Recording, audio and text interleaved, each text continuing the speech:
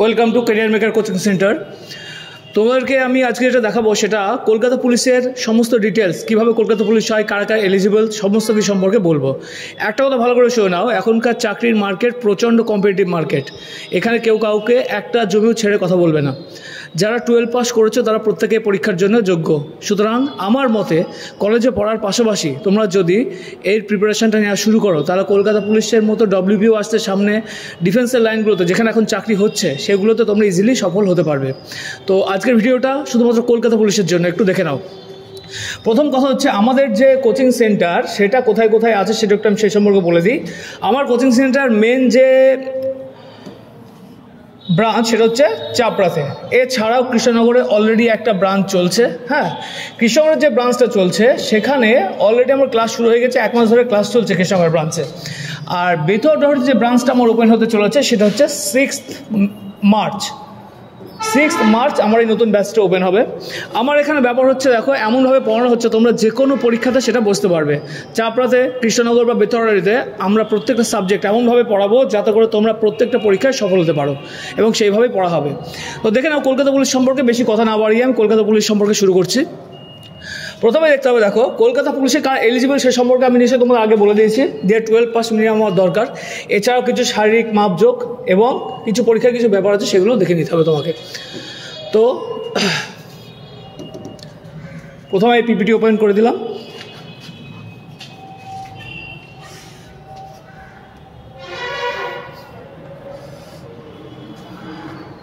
Kolkata police 2024 মোটামুটি আমি আশা করছি এই পরীক্ষার মোটামুটি 1 বছরের মধ্যে যদি ঠিকঠাক পড়ো 1 বছরের মধ্যে তোমাদেরকে কলকাতা পুলিশের ড্রেসে দেখা সম্ভব। তো কলকাতা পুলিশ 2024 যে ক্যারিয়ার মেকার যে প্রেজেন্টেশনটা করছে, যে ক্লাসগুলো করাচ্ছে, তোমরা যদি ঠিকঠাক করে করো আমি কনফার্ম যে তোমাদের সফলতা আসবেই। তো ডিটেলস সম্পর্কে আমি একটু দেখিয়ে দিই তোমাদেরকে, ঠিক আছে, যে কিভাবে তোমরা পরীক্ষা সফল হতে পারবে। প্রথমে দেখো, এই সম্পর্কে ডিটেলসে বলতে গেলেই প্রথমে যেটা চলে আসে সেটা হচ্ছে তোমার পরীক্ষাটা কীভাবে আছে, কী এতে হয়। প্রথমে দেখো নিয়োগ প্রক্রিয়ার মধ্যে প্রথম হচ্ছে তোমার প্রিলিমিনারি পরীক্ষায় যদি তোমরা পাশ করতে পারো তাহলে তারপরে হবে শারীরিক পরিমাপ এবং শারীরিক দক্ষতা পরীক্ষা। এই শারীরিক দক্ষতাতে যারা উত্তীর্ণ হবে তারা দেবে মেন পরীক্ষায় পাস করবে এবং তারপর হবে ইন্টারভিউ পাস করার পরে এইগুলো হচ্ছে মেন স্টেপ। এই স্টেপ করা পাস করার পরে তোমাকে ডাকবে ওরা ডকুমেন্ট ভেরিফিকেশন আর মেডিকেলের জন্য। এই প্রত্যেকটা জিনিস পাস করলে তবেই তুমি এই পরীক্ষায় সফল হতে পারবে। তো প্রত্যেকটা জিনিস এখানকার এই পরীক্ষার প্রত্যেকটা পার্ট হচ্ছে ভাইটাল, ঠিক আছে। তো এবার নেক্সট পার্টগুলো আমি দেখতে থাকি এক এক করে। দেখো এরপর যে জিনিসটা আসছে সেটা হচ্ছে প্রিলিমিনারি পরীক্ষা কী হয়। প্রিলিমিনারি পরীক্ষায় যে জিনিসগুলো আসে সেটা একটু ক্লিয়ার করে নাও। প্রিলিমিনারি পরীক্ষা হচ্ছে তোমার 100 নম্বরের হয়, 1 ঘন্টা টাইম পাবে। প্রত্যেকটা 4টে ভুল করলে তোমরা 1 নম্বর তোমাদের মাইনাস নেগেটিভ নাম্বার আছে, এটা মাথায় রেখো। 1/4 নেগেটিভ নাম্বার, 1/4 হচ্ছে নেগেটিভ নাম্বার। অনেকে করে কি ভুল করে এমন মাইনাস খায় সে আর মেরিট লিস্টে আসতে পারে। এরকম প্রচুর স্টুডেন্ট আমার কাছে আছে যাদের ক্ষেত্রে এই কেসগুলো ঘটেছে। তো আমার মতে কম্পিটিটিভ এক্সামে যেটা তুমি জানবে সেটা করে এসো, কনফার্ম পাবে। প্রথমে আসি জেনারেল অ্যাওয়ারনেস এবং জেনারেল নলেজ। এসব মধ্যে কারেন্ট অ্যাফেয়ার্সও আছে 40টা কোশ্চেন, 40 নম্বর থাকবে। গণিত বা যেটা ম্যাথ বলা হচ্ছে সেখানে 30টা কোশ্চেন, 30 নম্বর থাকবে। রিজনিং বা GI 30টা কোশ্চেন, 30 নম্বর থাকবে। টোটাল হচ্ছে কি তোমার 100টা কোশ্চেনের মধ্যে। বুঝতেই পারছো ম্যাথ আর রিজনিং ইম্পর্টেন্ট, সঙ্গে সঙ্গে জেনারেল নলেজও প্রচণ্ড ইম্পর্টেন্ট। যদি আমরা ঠিকভাবে একটু স্ট্র্যাটেজিটা নিই, পাস করা কেউ আটকাতে পারবে না। নেক্সট, প্রিলিমিনারি পরীক্ষা পাস করে গেলে, ঠিক আছে, প্রিলিমিনারি পরীক্ষা পাস করার পরই তোমার চলে আসবে শারীরিক। যদি পাস করো, যা শারীরিক সক্ষম হবে, যারা শারীরিকভাবে সক্ষম তাদেরকে এবার ডাকা হবে। তো শারীরিক সক্ষমতার জন্য কী প্রয়োজন সেটা একটু দেখে নাও। শারীরিক সক্ষমতার জন্য যারা গোর্খা রাজবংশী আছে, শারীরিক সক্ষমতার জন্য যারা আছে সেক্ষেত্রে গোর্খা রাজবংশীদের উচ্চতা দরকার 160 সেন্টিমিটার, ওজন হচ্ছে 53 কেজি এবং বুকের ছাতি হচ্ছে 76 সেন্টিমিটার।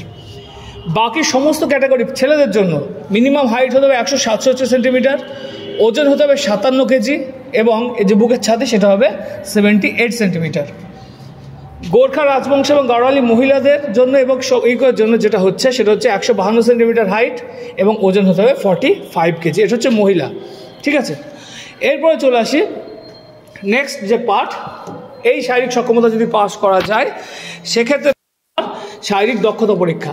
শারীরিক দক্ষতার পরীক্ষার ক্ষেত্রে যেটা শুরুতে আসে সেটা হচ্ছে পুরুষদের ক্ষেত্রে কতটুকু দৌড়াতে হবে সেটা দেখো। পুরুষদের ক্ষেত্রে দৌড়াতে হবে 1600 মিটার দৌড় 6 মিনিট 30 সেকেন্ডে, মহিলাদের ক্ষেত্রে 800 মিটার দৌড় 4 মিনিটে, আর বাকি থার্ড জেন্ডার যাদের তাদের 800 মিটার দৌড় 3 মিনিট 30 সেকেন্ডে। এই হচ্ছে তোমার টোটাল ভাগ, ঠিক আছে। এর মধ্যে হচ্ছে কি এইটা প্রচণ্ড টাফ, প্রচুর ছেলেমেয়ে আছে এরকম বাদ পড়ে যায় এইসব পরীক্ষায়। হয় কি অনেকক্ষণ 3 ঘন্টা ধরে বসিয়ে রাখা, অনেকক্ষণ পরে মারটা হয়, যার জন্য এনার্জি শুরুতে শেষ হয়ে যায়।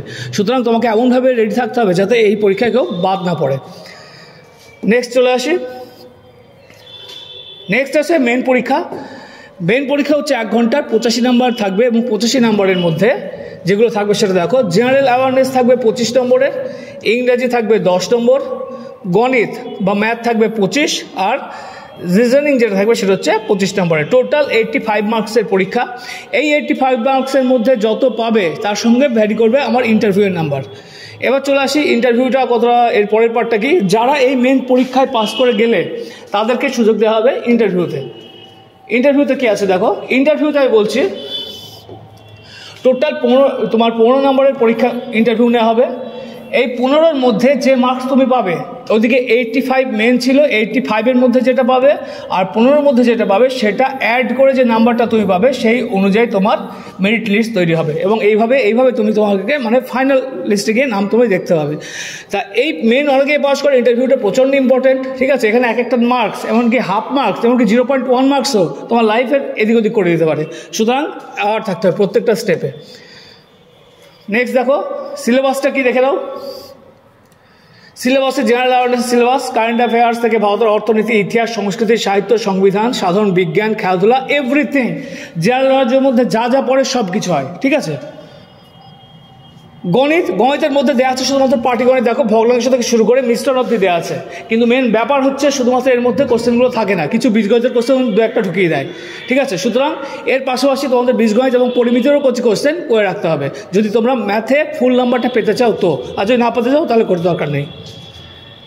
নেক্সট এই হচ্ছে তোমার রিজনিং বা লজিক্যাল রিজনিংয়ের যা আছে প্রত্যেকটাই আমাদের ক্লাসে প্রত্যেকটা জিনিস ধরি করে দেওয়া হবে, যাতে তোমার ম্যাথ আর রিজনিং অন্তত ফুল মার্কসের কাছাকাছি তুলতে পারো। আর যদি ম্যাথ রিজনিং ফুল মার্কস তুলতে পারো সেক্ষেত্রে নেক্সট টাইমে গিয়ে তোমার জিকেটা হালকার উপর দিকে পারলেও হবে, কারণ জিকেটা এমন একটা জিনিস যে পড়বে তারই হবে, ঠিক আছে। ওখানে নিজের ব্রেন খাটার কোনো জায়গা নেই। নেক্সট আছে ইংলিশের প্রত্যেকটা জিনিস আমাদের ক্লাসে প্রত্যেকটা প্রথম থেকে করা হবে, একদম প্রথম থেকে বেসিক টু অ্যাডভান্স লেভেলে যতটুকু দরকার পড়ে করিয়ে দেবো, কোনো অসুবিধা নেই। এরপর আসি এবার এই দেখো কলকাতা পুলিশের যারা সাকসেসফুল ক্যান্ডিডেট আসে আমাদের এবারকার, তাদের লিস্ট অনুযায়ী আমি দেখিয়ে দিচ্ছি। এখানে অনেকের অনেক রকমের মতবাদ আছে, অনেকে অনেক রকম মানে কমেন্ট করেও থাকে, কিন্তু তাতে আমাদের কিছু যায় আসে না। প্রথম কথা হচ্ছে আমাদের দেখো একটা জিনিস তোমাকে দেখায়, এই যে দেখছো আমাদের এই যে লোগোগুলো মারা আছে না, এই লোগোগুলোতে হচ্ছে প্রত্যেকটা আমাদের নিজস্ব স্টুডেন্ট, কেরিয়ার মেকারের নিজস্ব স্টুডেন্ট। এরা প্রথম থেকে আমার কাছেই পড়তো আমাদের সেন্টারের। রনি মল্লিক, তপন ঘোষ, সম্রাট ঘোষ, রাজীব মণ্ডল, দীপ্তি বর্মন, মাসুদ রানা শেখ, নীলুফা খাতুন, এরা প্রত্যেকে আমাদের কাছে পড়েছে একদম প্রথম থেকে। এদেরকে আমি 2 বছর ধরে পড়াচ্ছি। মাঝখানে কোনো একটা বিশেষ কারণে একটু এদিক ওদিক হয়ে গেছিলো। এই যে নামগুলো দেখতে পাচ্ছ, আশরাফুল, রিয়া বিশ্বাস, প্রিয়া বিশ্বাস, আশরাফুল, সোমা মণ্ডল, মিরাজুল, এরা আমাদের কাছে এসেছিলো মেন পরীক্ষার পর ইন্টারভিউয়ের জন্য, এবং ইন্টারভিউয়ের জন্য এসেছিলো সেই কারণে আমরা এদেরকে অ্যাডমিট করে নিয়েছিলাম। এবং ব্যাপারটা কী হয়েছে, 15-র মধ্যে প্রত্যেকটা নাম্বার ওদের কাছে ইম্পর্টেন্ট, আর ইন্টারভিউতে এরা প্রত্যেকে ভালো রকম সফলতা পেয়েছে, এবং আমরা যে নাম্বার ওদেরকে দিয়েছিলাম ইন্টারভিউতে সে এক্স্যাক্ট তার কাছাকাছি নাম্বারটা তারা পেয়েছে। সুতরাং এখানে ইন্টারভিউ থেকেও তাদের কিছুটা প্রফিট হয়েছে, এবং সেই জন্যই তারা আমাদেরকে সম্পূর্ণভাবে আলাদা করে রেখে দিয়েছে ওটা ইন্টারভিউ ব্যাচের জন্য। সুতরাং এতে কোনো কনফিউশন থাকার কথা না, কিন্তু যাদের জলে তাদের আমার কিছু বলার নেই, জ্বলতেই থাকতে হবে, নো প্রবলেম, ওসব আমি কিছু মাইন্ড করি না। তো এই হচ্ছে মেন ব্যাপার আমাদের কাছে, ঠিক আছে। তো মেন ব্যাপার হচ্ছে এইটাই। আমি একটাই কথা বলবো, আমার সেন্টার হচ্ছে চাপড়া, বেতরবাড়ি এবং কৃষ্ণনগরে। প্রত্যেকটা সেন্টারে আমরা আমাদের 100% এফোর্ট দিয়ে ট্রাই করি কোচিং সেন্টারে ঠিকভাবে পড়ানোর, ঠিক আছে। তোমরা ক্লাস করো, ক্লাস করলে বুঝতে পারবে ম্যাথ আর রিজনিং জিকে কী অনুপাতে তোমাদেরকে শেখানো হবে। So best of luck.